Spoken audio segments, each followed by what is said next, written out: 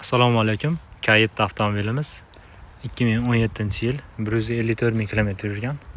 Yoqilg'i benzin hamda tok gibrid mashinamiz. Mashinaning avariyasi yo'q. Texnik holati ham tiniq turibdi. Motordan yog' oqqan joylari yo'q. Alishgan detalari yo'q. Faqat shu chap tomonda oldi hamda orqa qanotlarda kraska tegan joyi bor. U avariyaning holatiga kirmaydi. Mashinaning yurishiga umuman ta'sir qilmaydi. Mashinamiz o'ta ekonomishli gibrid.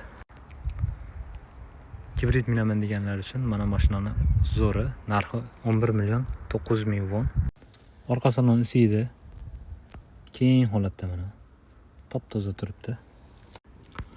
Mashinani lyuki yo'q hamda polosa kontroli yo'q. Boshqa hamma narsasi bor. Black box, high pace, oldi sedanlar. Shofir tomon isitadi, sovutadi. Passajir tomon faqat isitadi.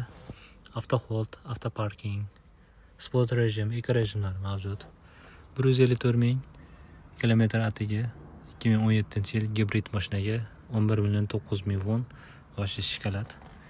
Kimga kerak bo'lsa aloqaga chiqishingiz mumkin.